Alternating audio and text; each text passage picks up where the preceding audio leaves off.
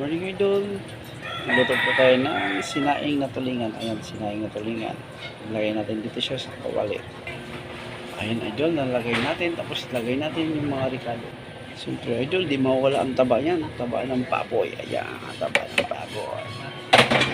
Lagyan natin ng suka. Ayan, suka. Tapos patis.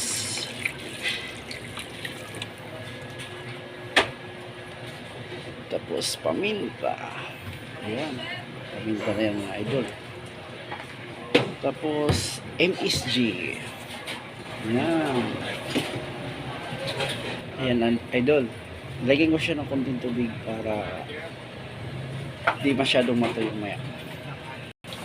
Ayan idol, kumukulo na yung sinaing natin. Lagyan natin ng sili para maanghang siya. Ayan, ang bango na po.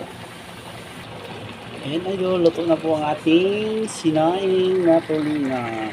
Sarap po yan. Sinaing na tulingan. Lagay na natin sa food pot. Ayan idol, tapos na po yung sinaing na tulingan. Thank you. God bless.